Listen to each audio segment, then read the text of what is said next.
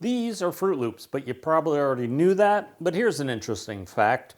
No matter what the color of Froot Loop, they all taste the same. Sorry to break it to you if you didn't know that, but that is a fact. Now, what we're going to talk about today is the actual flavor of Froot Loops, because it's kind of nebulous, it's familiar, it tastes good, but what exactly makes up a Froot Loop flavor? And that's what I'm going to show you today, because I often get a lot of people asking me about how do you reverse engineer a flavor. First step is actually smell it and trust your nose. So when you smell this, if you do any cooking or any basic food work, the first thing that should come to mind is lemon. And often it can be either citral, which has more of a candy lemon flavor, but it can be just lemon oil. And lemon oil, again, has that strong, fresh peeled lemon aroma. But to me, this smells more citral, which is kind of the stronger, candier flavor and goes really well in food. Now, the reason I'm doing Froot Loops is that my daughter had a science fair project or a science project. They're doing work on carbonation, and they all had to bring in a flavor. So me being me, we decided not to just pick a flavor out of the fridge. We decided to design our own flavor, and Froot Loops happened to be something that was familiar and interesting. You don't really find it in carbonated water, so basically we made this flavor together.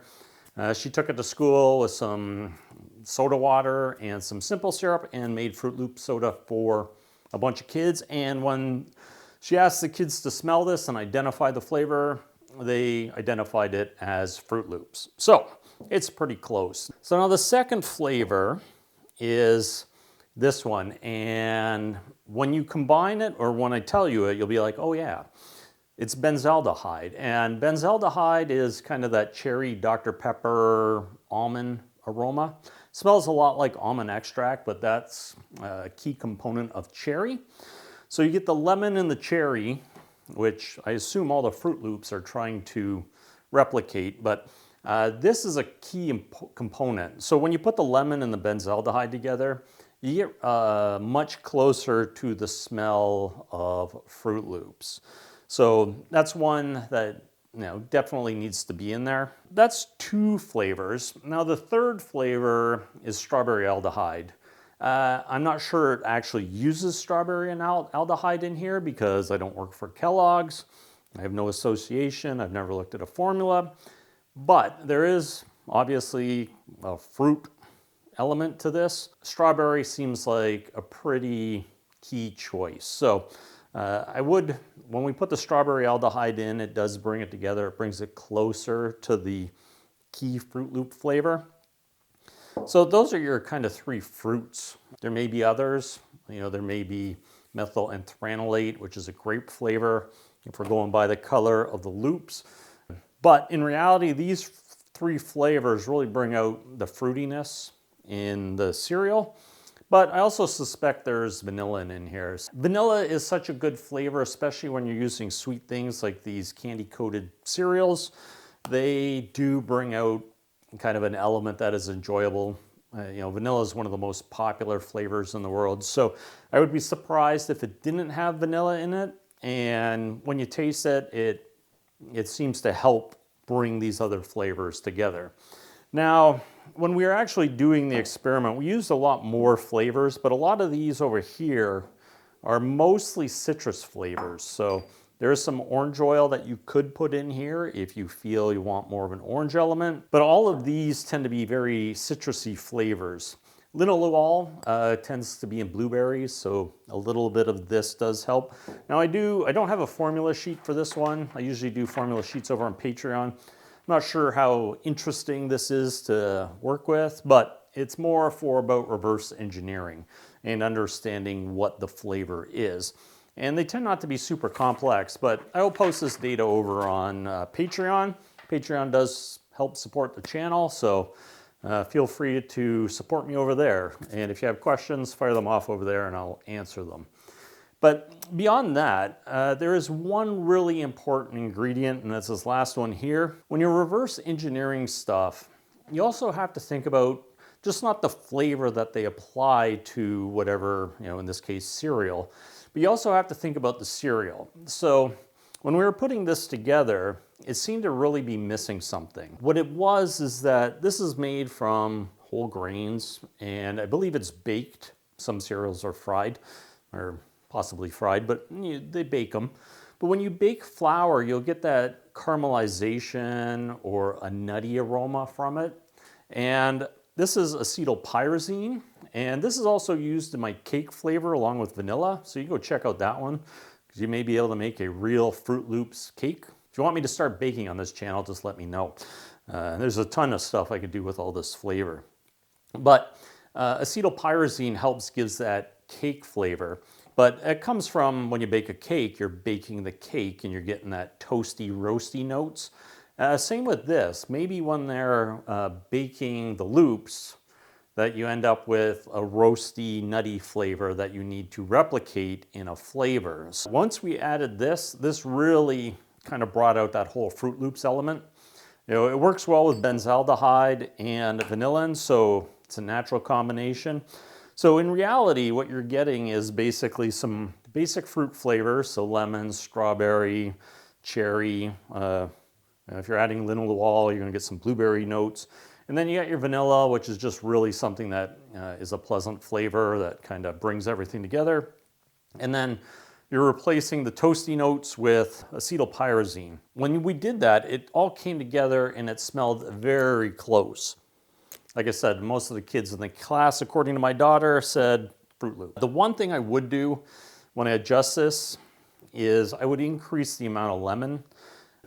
The lemon seems to be more prevalent in this than in our finished flavor, but this is pretty close. If you want to see how I put this together, I will do that for you, so just let me set things up. So to put a flavor together is really simple, and if you're experimenting doing a bunch of reverse engineering, you could just do like 3 or 4 of these, changing a variable, like increasing the lemon oil in one formula, increasing the benzaldehyde in another, and increasing the aldehyde C16 in another.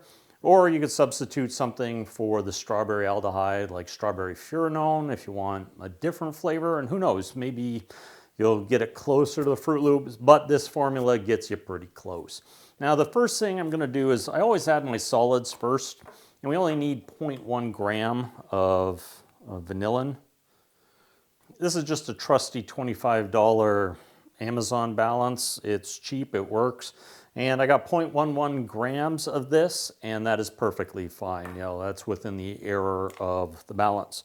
So next we're gonna add benzaldehyde, and we need 0.3 grams of benzaldehyde. 0.32, I went slightly over, but that's okay, because you don't have to be, if you were working in a lab, you'd wanna be really accurate, but the error on these things, you're still really gonna get very close to what you're looking for.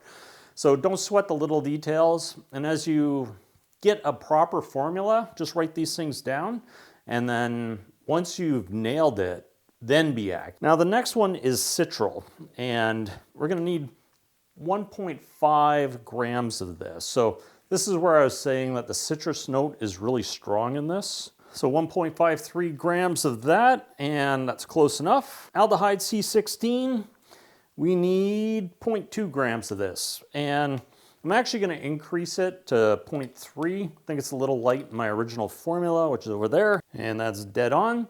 Now, like I mentioned earlier, you could use strawberry furanone, and there's a whole bunch of different strawberry flavors or elements that combine to make strawberry flavor. But strawberry furanone, if you were to add a very small amount of that to this, it may help bring out that strawberry flavor if that's what you're looking for. Next, we're going to use some linalool, and we need 0.3 grams of that. And again, this is found in blueberries. If you look at my blueberry formula, this is one of the ingredients. So we need 0.3 grams of that. Now after that, we need some linalool acetate, and we need 0.2 grams of this. Now this one, you could probably skip this if you didn't have it. But one of the things is the more compounds you add, the more complex it gets, but it gets to a point where when you add so many compounds that are unrelated, you just get like a messy flavor. And Dr. Pepper is a good example of that. There's 23 different flavors, I think, in it. And it creates that kind of unidentifiable flavor, but it's decidedly leans cherry. Now, citronellol is again a citrus flavor. So this is kind of boosting that citrus element, and we need 0.3 grams of this. And this is kind of a thick material, so it doesn't really smell like much because it is so viscous, but it will definitely add to the taste. And in this one, we're also going to add hydroxycitronal, which is the aldehyde. So we only need 0.2 grams of this. Now, geranol is, again, another citrusy kind of aroma. It's pleasant. And we only need 0.2 grams of this. Now, I'm going to add a little bit of lemon oil to this, just to kind of boost the flavor, or that lemon element. So I'm going to add 0.3 grams of this. Now, the last thing we need is the acetylpyrazine, and we need just 0.1 grams of a 5% solution. So these tend to come pre-diluted just because they are so strong. As soon as you open the bottle, you get this smell of like cake, peanuts, you know, that roasty element. So you just really need a few drops of this. This is the one ingredient you probably don't want to overdose. So try to be accurate with this one because it will dominate the flavor. All we need to do is add propylene glycol to dilute this out. So I'm going to add 46.4 grams of propylene glycol to this because we have 3.6 grams of flavor compounds, and I'm just going to bring this up to the 50 mil mark, or 50 gram mark. And I do try to be fairly accurate with this. But if you go over, your flavor will still be fine. You just may need to use a little bit more. So 46.39 is good enough for me. Now, what you would do is, if you have a stirring plate, you just put this on a stirring plate with magnetic stir and stir it for 5 minutes. You can do it this way.